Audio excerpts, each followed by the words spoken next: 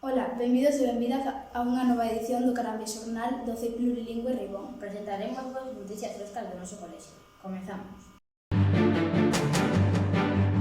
No de Ribón temos un invernadoiro onde cultivamos hortalizas como leitugas, repolos, cebolas, tomates, pementos e cabazas. Para empezar a cultivar, primeiro tivemos que pedir axuda ás familias para que condicionasen e arrincasen as malas ervas. Unha das voluntarias foi Ana, que nos conta nesta entrevista a súa experiencia. Adiante, compañeira. Hola, Ana. Cando te ofreciches a condicionar o invernadoiro para que pudises cultivar nel?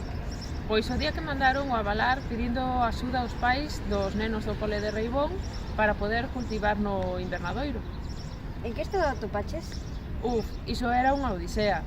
O invernadoiro estaba a monte, facía 2 anos sin traballarse. En que consistiu o teu traballo? Pois arrincar as malas ervas e botalas todas fora. Cal foi o resultado final?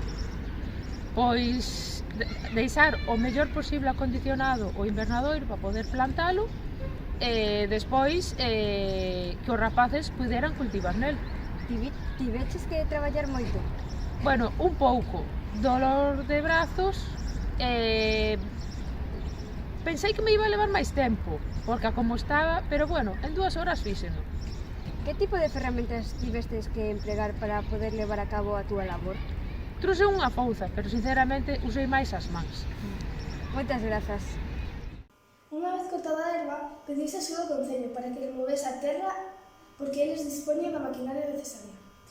E quen sabe disto? Pois o noso consenso, que foi entrevistado polo compañeiro Manuel. Vamos coa entrevista. Hola, Luis. Hola. Teníamos unhas preguntas para facer.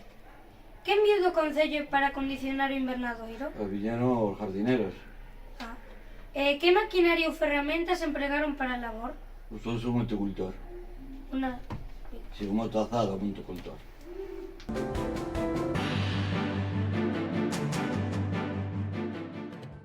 Tras isto, enriquecemos a terra con esterco de cabalo. Para iso, contamos coa colaboración de Jorge, outro voluntario das familias do cole. Dentro dilo. Hola, Jorge. Por que tiñes esterco? Porque fago terapias en cabalo e fago rutas E de que tipo é? de cabalo.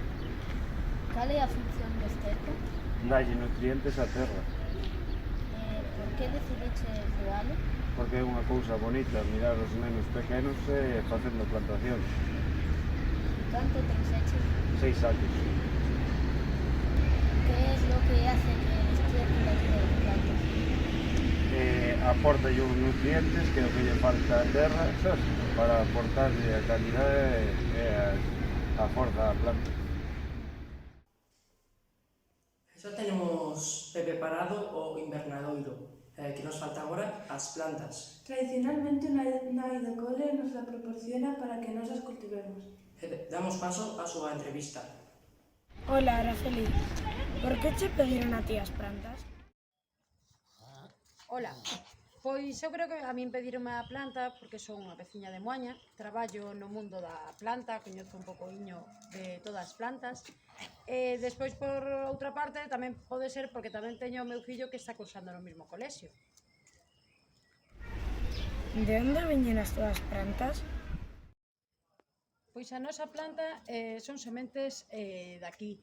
Nos traballamos fai moitos anos con un viveiro que é de Cambados, que según cada estación do ano, pois traballas un tipo de planta. Eles van sembrando, normalmente sempre coas mesmas sementes dun ano para outro, e nos vamos pedindo máis ou menos, pois unhas veces máis dunha bandesa, outras veces doutra, e así, veñen daqui e inténtase sempre que sean sementes nosas. Que plantas trouxeches? Pois levei un pequeno variado. Levei repolo, levei cebola, leitugas, tomate, guisante, acelga. Cando viñeches a traer as plantas? Pois creo que, se non recordo mal, foi a mediados de outubro, novembro, leváronse as primeiras cebolas do cedo, que ven sendo a cebola do inverno, os repolos e as leitugas. Despois, a mediados de febreiro, marzo, levouse o que é algún tomate, máis leituga e algunha acelga. Despois de plantada, regadas e manter limpa a terra de ervas, puidemos obter a nosa primeira colleita. O destino destes produtos é a cociña do noso comedor, da que sairán deliciosas comidas para todo o alumnado. Deixámosvos cunhas imaxes.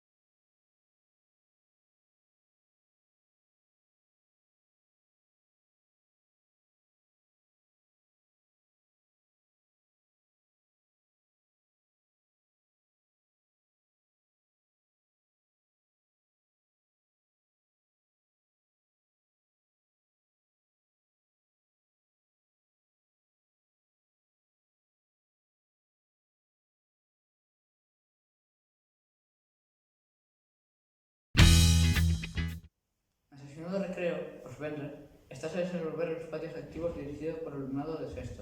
Pero, que son os patios activos, Candela? Pois son uns obradoiros que se levan a cabo no patio, en os que participa o resto do alumnado. Pero que máis sabe disto é Lucía, a nosa orientadora, xa que é a responsable da súa organización. Damos paso ás súas conclusións. Hola, Lucía. Hola, José. Que é un patio activo? Bueno, eu un patio activo non sei o que é en realidade, pero o que pretenden ser son unha serie de actividades lúdicas que se levan a cabo no patio para dar opcións a todos os nenos e nenas que queiran facer algo diferente, que teñan algunha posibilidade diferente no patio do cole. E como os organizas?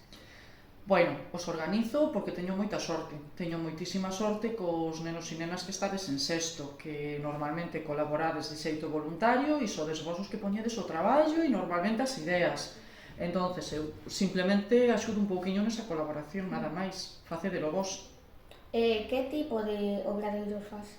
Bueno, facemos un pouquiño obradoiros de todo tipo. Que pasa? Que vai a depender do que lle apetezca ao grupo de nenos e nenas de sexto que estades nese obradoiro de patio. Sodes vos, os nenos e nenos de sexto, os que propoñedes os obradoiros, sodes vos os que organizades, sodes vos os que decidides e sodes vos os que facedes. Entonces, son variados en función de intereses de cada un de vos. Cantos días se fan os patios activos? Os patios activos solamente os estamos facendo os venres, porque non nos dá para organizar para máis días. E te gusta facerlos? Me encanta, eu divertome moitísimo e paso fantástico. Me quedo en blanco. Aos nenos gustalles participar nos patios activos? Eu a verdade é que creo que sí. Os nenos, o alumnado do centro normalmente responde moi ben ante as propostas dos patios activos e teño que decir que o alumnado de sexto tamén responde moi ben apuntándose para participar e para facer os obradoiros. Eu estou encantada. Que é o que máis te gusta dos patios activos? Bueno, a min gustame moitas cousas, pero sobre todo gustame ver como se traballa en equipo, como se organiza esos patios activos en forma de proxecto e como entre vos poñedes de acordo para chegar a un resultado final. E ese resultado final é o que lle podemos ofrecer despois ao resto do alumnado cando ven aos obradoiros de lo que sea. Podemos descubrir os que xa fixemos, a pintura de uñas, os de maquillaxe. Iso é o que máis me gusta, esa capacidade de traballo en equipo. Pois ya está, e moitas grazas. Gracias a vos.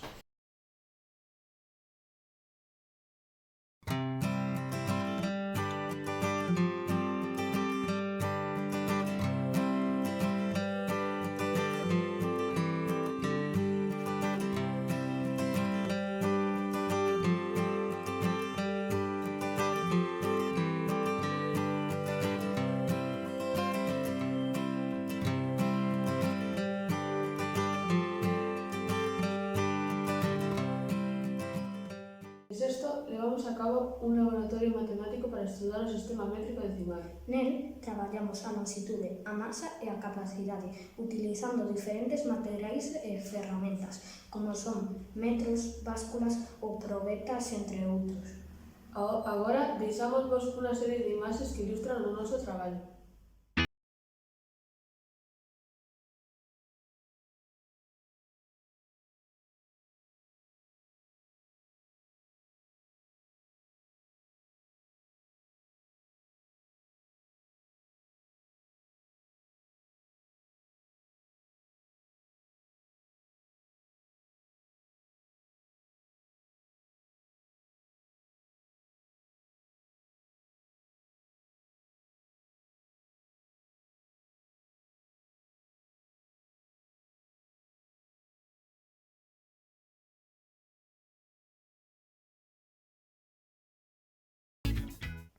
Aquí rematamos esta edición do Carame Xornal. Agardamos que vos gustase. Ata a próxima.